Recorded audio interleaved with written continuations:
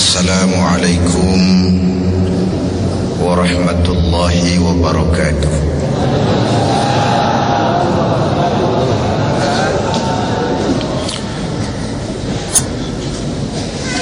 Alhamdulillahi rabbil ka'bah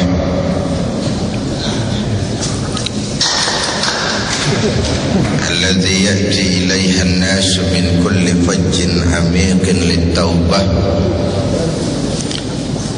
Salatu wassalamu ala man la nabiyya ba'dah wa ala alihi wa ashabihi wa mawala, amma ba'du. Para ulama yang saya muliakan, pimpinan dan segenap keluarga besar Laskar Ababil, hadirin hadirat yang saya cintai, alhamdulillah malam ini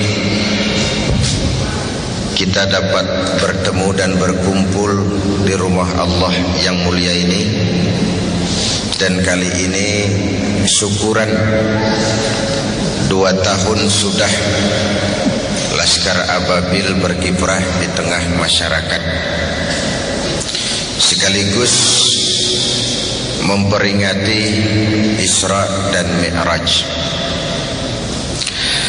Saya ingin mengambil satu cuplikan kecil dari peristiwa Isra dan Mi'raj dalam konteks situasi yang kita rasakan saat ini.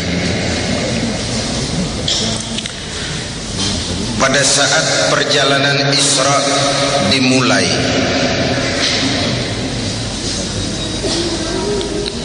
sudah datang gangguan, cobaan. Ada suara dari sebelah kanan memanggil-manggil, Muhammad, berhenti sebentar. Dan Nabi menoleh pun tidak. Lalu dari sebelah kiri, Muhammad, berhenti sebentar. Dan beliau menoleh pun tidak. Selamat dari kanan, selamat dari kiri, dari arah depan. Konkret, tidak cuma suara, tapi ada perempuan tua dengan pakaian menyolok, memanggil-manggil, Muhammad, berhenti sebentar. Menoleh pun tidak. Kata malaikat Jibril, untung saja kau tidak menoleh Muhammad. Memangnya kenapa Jibril? Panggilan sebelah kananmu itu suara Yahudi. Kalau kamu menoleh, umatmu akan cenderung kepada Yahudi. Siapa Yahudi itu? Zionis. Zionis itu siapa? Israel. Israel itu siapa? Amerika kecil. Amerika itu siapa? Israel besar.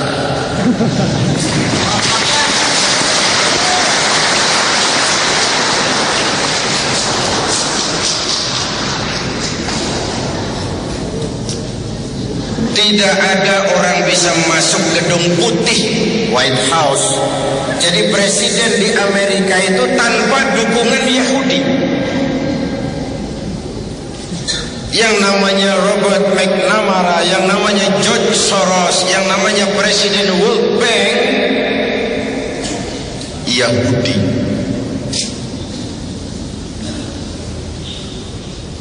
Ketika diundang ke Amerika, saya sempat mampir di kantor pusat Yahudi di Washington.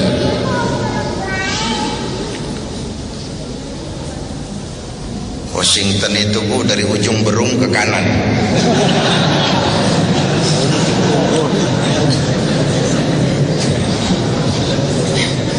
Saya cuma kepengen belajar kenapa sih Yahudi itu begitu dominan di Amerika. Ada dua catatan saya dari kantor Yahudi itu. Pertama, solidaritas antar mereka luar biasa. Bahwa Yahudi kikir, Yahudi pelit, Yahudi keras kepala itu kepada dunia luar. Tapi antar mereka terjadi solidaritas yang luar biasa. Ini yang kita harus belajar. Yang kedua dalam perjuangan, nah ini penting. Yahudi konseptual. Tidak mementingkan orang, tapi mementingkan konsep. Yang jadi presiden boleh orang Demokrat, boleh orang Republik, mau namanya Bill Clinton, mau namanya George W. Bush, yang penting konsep kita yang dipakai. Ini strategi Yahudi. Kan lain dengan kita yang penting orang punya konsep atau tidak, naik saja dulu, nanti sampai di atas bengong.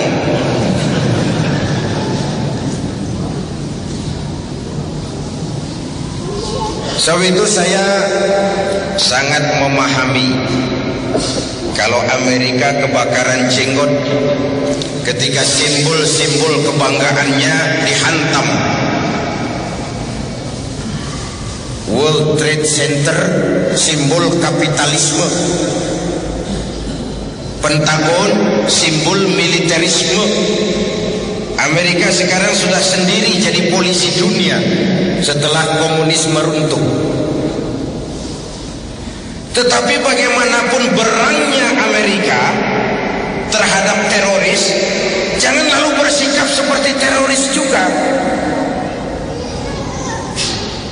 Kalau memang seperti yang dituduhkan itu kerjaan Osama, dan Osama ada di Afghanistan, Amerika kan punya CIA, Amerika kan punya FBI, Amerika kan punya teknologi canggih.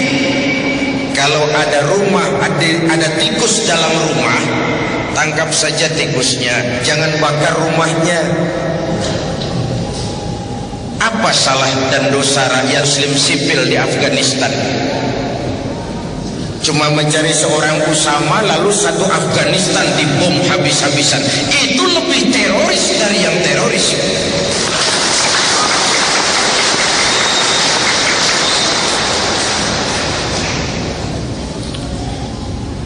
Saya bersyukur belakangan pemerintah sudah rada tegas bersikap. Kemarin-kemarin agak banci.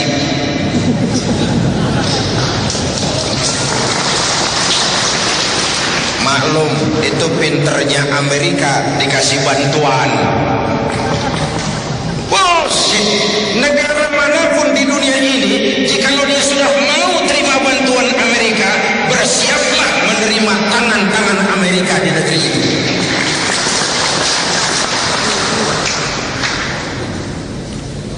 Hadirin yang saya hormati,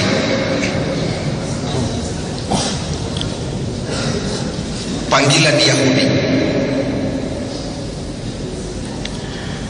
Apa lalu Laskar Ababil harus mendaftarkan diri berangkat ke Afghanistan? Silakan. Saya hargai kalau mau. Tapi kalau tidak pun, di Indonesia ini masih sangat banyak hal-hal yang harus kita hadapi dengan jihad. Berani boleh, tapi jangan nekat. Berkorban siap, tapi jangan konyol. Itu prinsip. Kalau situasi medan tidak tahu, pengalaman perang nggak punya, lalu berangkat, kan setor nyawa namanya. Berani boleh, jangan nekat. Berkorban siap, jangan konyol.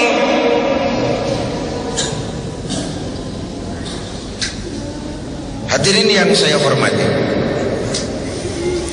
panggilan Yahudi, lalu sebelah kiri panggilan Nasrani. Nasrani itu Kristen. Siapa mau bantah bahwa kristenisasi juga jalan di Indonesia ini? Kalau di Jawa Barat itu dipola lewat Yayasan Kinasih yang dipimpin oleh Nyonya Radius Prawiro. Dari situ pola kristenisasi Jawa Barat diolah mulai Majalengka sampai Rangkas Bitung.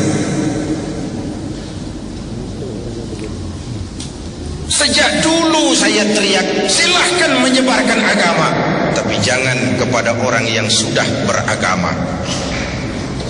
Panggilan kanan, panggilan kiri, panggilan depan. Perempuan tua dengan pakaian menyolok itu dunia materialisme.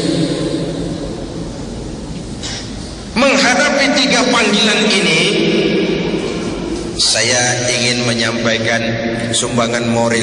Dengan apa kita hadapi? Pertama, dengan nilai iman.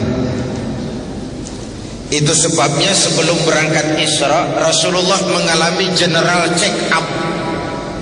Dibawa ke tepi sumur Zam-Zam, dipenuhi hati beliau dengan iman, ilmu dan hikmah. Sebelum berangkat jauh mengalami general check up. Laskar Ababil ini 2 tahun baru lahir, jalan masih panjang, kiri kanan depan belakang banyak panggilan.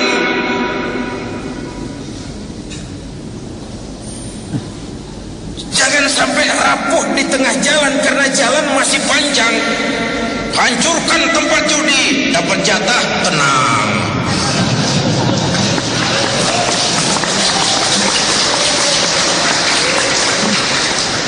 Saya tidak pengen Laskar Ababil jadi agen demo. Berangkat berdasarkan pesanan, lengkap dengan spanduknya. Laskar Ababil harus punya idealisme tersendiri. Ababil itu kan burung Tuhan yang dikirim ke dunia ini untuk menjaga Ka'bah dari serbuan Raja Abrahat yang ingin menghancurkan Ka'bah. Kalau idealisme, saya salut, saya angkat topi. Tapi kalau berangkat dari kepentingan pribadi, mencari keuntungan jangka pendek, keuntungan sesaat, itu akhirnya akan jadi stempel yang tidak baik terhadap Islam sendiri. Hadirin yang saya hormati, karena itu nilai berangkat awalnya adalah iman.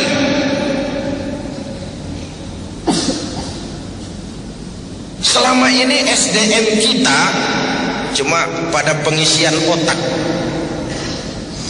hati sering kosong. Akhirnya muncul ketidakseimbangan. Lahir orang-orang pintar tapi jauh dari benar. Indonesia kita bangkrut, Indonesia kita terpuruk, Indonesia kita sakit sekarang ini karena diurus orang-orang yang pintar, cuma sayang tidak benar.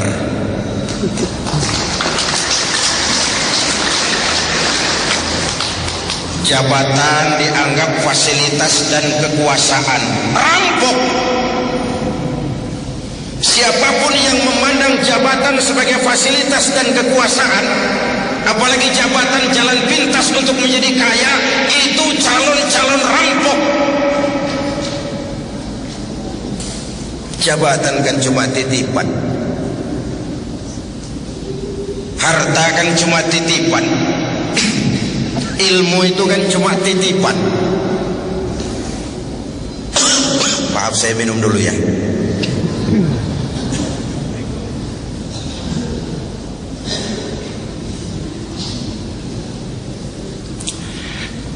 Sampai mana tadi? Titipan. Ini juga titipan, kalau nggak diminum sayang. Titipan. Kalau titipan bagaimana harus disikapi? Pertama, titipan harus dijaga baik-baik. Pak Zainuddin, saya titip mobil ya, silakan. Waktu mobil diambil, kacanya pecah, knalpotnya hilang, bempernya penyok, yang nitip marah. tidak dijaga baik-baik. Allah cuma tidak bilang, "Hei Zainuddin, aku titipkan ini jabatan dai kepadamu. Hei Hamzah Has, aku titipkan ini jabatan wakil presiden kepadamu. Hei Megawati, aku titipkan ini jabatan presiden kepadamu." Titipan, bukan milikmu.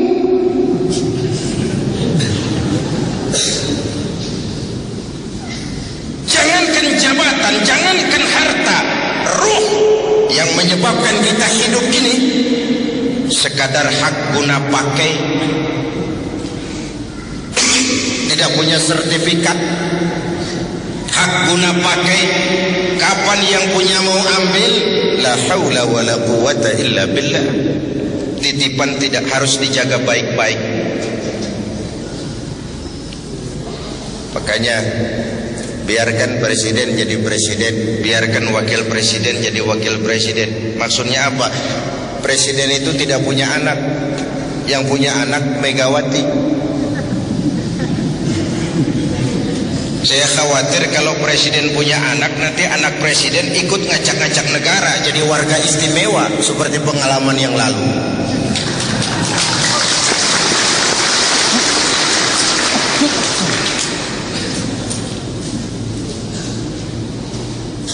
Yang kedua, titipan itu tidak boleh bikin orang sombong. Betul? Orang datang ke rumah saya, "Pak Zainuddin, titip mobil ya." Mangga. Yang punya mobil pergi, saya petatang peteteng. "Woi, ada mobil bagus, mobil orang lain, kamu cuma dititipi, kenapa sombong? Dititipi pangkat, sombong, arogan, itu bukan milikmu. Titipan, diberikan harta, sombong, itu bukan milikmu, itu titipan. Kenapa mesti sombong? Inilah nilai dasar keimanan itu. Dan sebagai kader, saya sering bilang kalau pengarahan kepada DPW, kader itu ada 3 macam. Ada kader penerus, ada kader tunggu terus, ada kader terus menerus. Ketiga hal ini mencerminkan kondisi. Ada kader penerus, nah ini kondisi sehat Pak. Demokrasi berjalan di tubuh organisasi. Orang-orang serakah nggak ada. Patah tumbuh, bahkan belum patah sudah berganti. Bukan nu eta keneh. Sudah 7 periode jadi anggota DPR nggak mau turun-turun. Liar. Lain nu eta keneh. Kader berjalan, organisasi menggelinding. Ini namanya kader penerus. Saya suka merenung. Kita ini 4 kali punya presiden. Semua berakhir dengan su'ul khotimah. Dari segi politik, apa tidak bisa pemimpin-pemimpin kita itu menikmati hari tuanya dengan tenang, jauh dari hujatan, tetap dalam anggukan dan simpati rakyat? What's wrong? 4 kali punya presiden, semua berakhir su'ul khotimah. Yang 2 kelamaan, yang 2 sebentar benar. Bung Karno 20 tahun mimpin Indonesia, Pak Harto 32 tahun, Pak Habibie 2 tahun, Gus Dur kurang. What's wrong? Ternyata memang pemimpin yang baik bukan hanya tidak bermasalah di masanya, tapi tidak meninggalkan masalah sesudahnya. Jangan meninggalkan bom waktu. di zaman Pak Harto kita nggak banyak mengalami masalah. Sesudahnya macam-macam masalah. Ini kan bom waktu.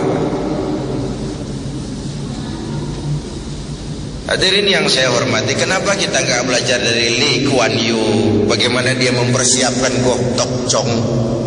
Kenapa kita tidak belajar dari siapa di Afrika itu, Nelson Mandela? Bagaimana walaupun segala macam dia membatasi diri, dia siapkan generasi berikutnya supaya ada kader penerus. Ketika kadernya kader penerus, organisasi sehat, demokrasi jalan. Itu kader pertama, kader penerus namanya. Ada kader tunggu terus. Lah ini kondisinya nggak sehat. Pasti ada KKN yang dapat jatah yang dekat-dekat lingkungan. KKN. Akibatnya ada kader yang tunggu terus. Tapi lumayan, masih ada harapan. Yang lebih celaka yang ketiga, kader terus menerus. Ini sudah nggak sehat organisasi. Dari muda sampai kakek-kakek masih jadi kader. Hidup ini kan cuma nunggu giliran. Yang terberat itu kan menjaga kepercayaan. Coba. Orang seperti Pak Harto bisa turun. Gus Dur turun. Habibie ditolak laporan pertanggungan jawabnya. Bung Karno turun. Padahal sudah dinobatkan jadi presiden seumur hidup. Apa yang menyebabkan mereka turun? Kehilangan legalitas, kehilangan legitimasi. Kenapa kehilangan legitimasi? Tidak bisa menjaga kepercayaan. Tidak punya uang, bisa pinjam. Tidak punya beras, bisa minta. Tidak dipercaya, turun.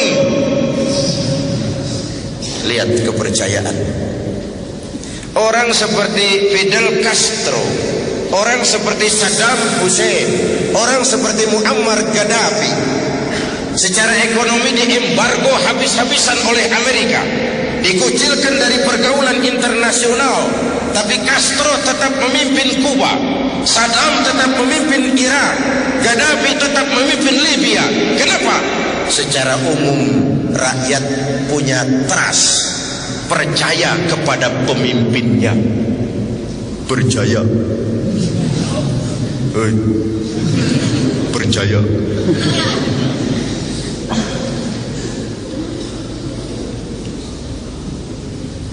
Karena itu menjaga kepercayaan itu penting. Sekali kita kehilangan kepercayaan, akan sulit tegak lagi. Benang basah itu sulit sekali untuk ditegakkan. Dan kader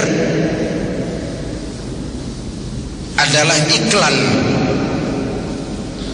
Hadirin yang saya hormati, ini kiat pertama.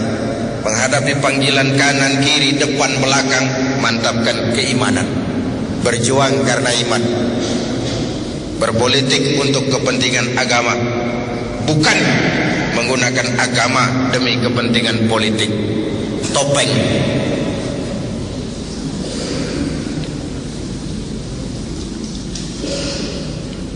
Yang kedua, tetap teguh menjaga kebersamaan, solidaritas,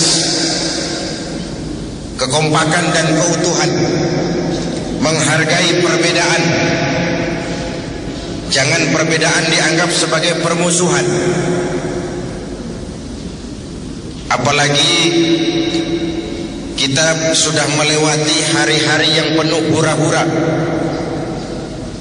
Tukang kompor lebih banyak daripada tukang lem. Musim Pak Bendot, kipas,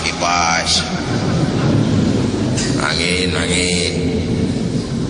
Kita rakyat selama ini cuma jadi adres.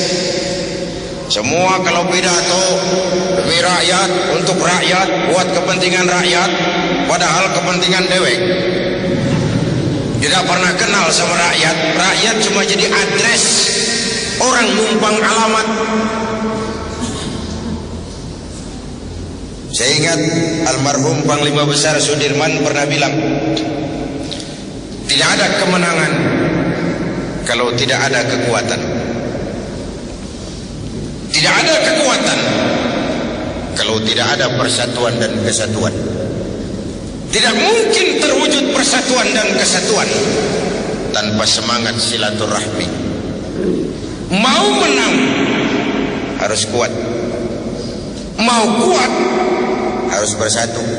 Mau bersatu, hidupkan budaya silaturahmi. Hadirin yang saya hormati, begitulah kebersamaan yang kita perlukan, walaupun tidak harus selalu bersama-sama. Sehingga dengan kebersamaan, saya yakin kita akan bisa menata hari esok yang lebih baik buat bangsa, negara, dan agama yang kita cintai ini. Kemudian yang ketiga, berjuanglah sebagaimana harusnya, tapi jangan lupa sandaran vertikal kita, minta tolong kepada Allah Subhanahu wa ta'ala. Kalau kita hitung sejak Juli sampai sekarang, begitu cepat perubahan terjadi. Juni, Juli, mulai dari digelarnya sidang istimewa, dicabutnya mandat yang diberikan kepada Gus Dur, dikukuhkan Bu Mega sebagai presiden, dipilih Pak Hamzah sebagai wakil presiden. Itu semua mengingatkan kita kepada kebenaran firman Tuhan, wa tilkal ayyamu nudawiluha bainan nas. Hari itu kami putar di antara manusia. Ada saat datang, ada waktu pergi, ada hari lahir, ada saat kembali. Hidup cuma nunggu giliran. Cuma biasanya antrian itu kacau. Kalau yang depan tidak tahu diri, yang belakang dorong-dorong. Yang depan gak tahu diri, sudah dapat mau dapat lagi, gak memberikan kesempatan kepada yang lain. Wajar yang belakang lalu dorong-dorong. Kacaulah barisan.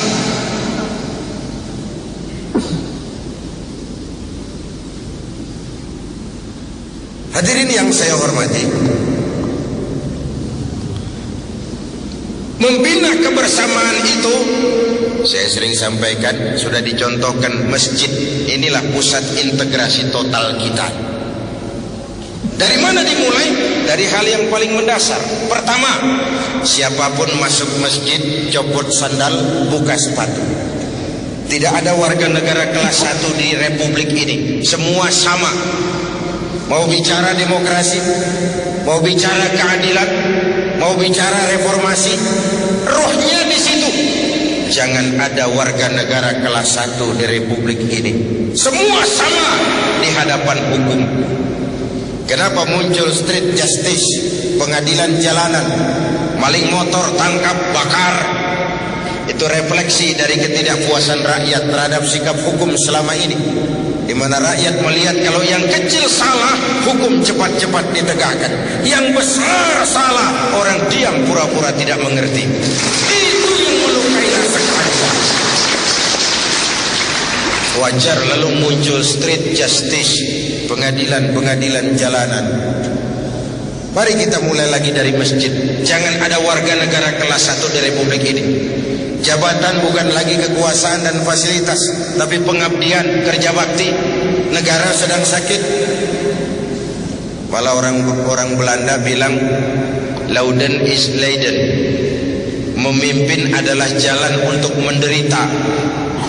Pemimpin adalah orang yang kesepian. Di dunia diikat dengan berbagai macam aturan, di akhirat akan dibuka perkaranya yang besar-besar.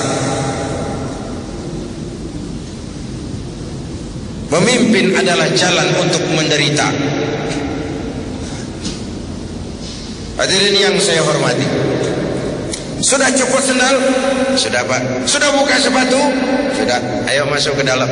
Kalau sudah masuk ke dalam sini, yang datang dari utara menghadap ke arah kiblat, yang datang dari timur, dari selatan, dari barat, menghadap semua ke arah kiblat. Coba lihat, bukan soal dari mana kau datang, tapi satu arah menghadapmu. Bukan soal dari mana kau datang, tapi satu komitmenmu. Bung, saya pengusaha, tapi saya muslim. Bung, saya pengacara, tapi saya muslim. Bung, saya tentara, tapi saya muslim. Jangan dibalik. Saya muslim, tapi saya pejabat. Saya pejabat, tapi saya muslim. Jangan saya muslim, tapi saya pejabat. Nanti Islamnya disuruh membenarkan, menjadi legalitas dari penyelewengannya. Hadirin yang saya hormati, itu yang oleh Abdu dikatakan ana muslimun qabla kulli syai'. Sebelum berbuat apapun saya sadar saya muslim. Saya teknokrat, Bung, tapi saya muslim. Saya polisi, tapi saya muslim. Suap, nih, saya memang tentara, tapi saya muslim. Saya memang pejabat, saya muslim. Saya memang perlu uang, tapi saya muslim. Jadikan Islam sebagai barometer. Hadirin yang saya hormati, sudah menghadap ke arah kiblat semua? Sudah. Ayo selenggarakan sholat berjamaah. Laksanakan hidup bersosial, bermasyarakat, berbangsa, bernegara. Bagaimana caranya? Ya harus ada imam, ada makmum, ada pemimpin, ada rakyat. Siapa yang jadi makmum? Siapa saja. Makmum sih sekedar ikut. Silahkan ngaji sama kiai manapun, tidak ada pemilihan makmum. Makmum siapa saja boleh, tapi tidak tiap orang boleh jadi imam. Kenapa? Karena imam mau memimpin orang banyak. Kalau imam bodoh, makmum dungu, hancur sholat.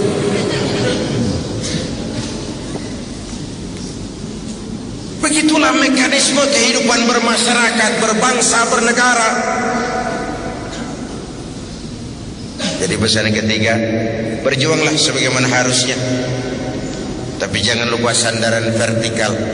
Minta tolong kepada Allah. Berusaha, bekerja, jangan menunggu keajaiban. Karena memang nama ababil adalah keajaiban. Bagaimana burung dengan melontarkan batu menghancurkan Abrahat dengan pasukan gajahnya yang luar biasa itu. Lalu Allah sendiri berjanji, in tansurullaha yansurkum. Jikalau kamu menolong agama ini, Allah akan menolong kamu. Wa yusabbit lakum wa yusabbit aqdamakum. Allah akan kokohkan pendirian kamu. Bersikap istiqamah. Jadi pertama, jadikan iman sebagai landasan perjuangan. Yang kedua, tetap teguh menjaga kebersamaan. Dan yang ketiga, perkuat sandaran vertikal kepada Allah Subhanahu wa ta'ala. Kalau hidup sudah mulai kita gantungkan kepada manusia, bersiaplah untuk kecewa. Bersiaplah untuk kecewa. Ibu bapak hadirin yang saya hormati, oleh karena itu keberadaan Laskar Ababil ini yang pada satu sisi merupakan kader kita, tapi pada sisi lain juga merupakan aset kita bersama. Keberadaannya karena mereka adalah anak-anak kita, harus terus kita dampingi. Jika benar mereka, kita dukung. Jika salah mereka, kita perbaiki. Hadirin yang saya hormati,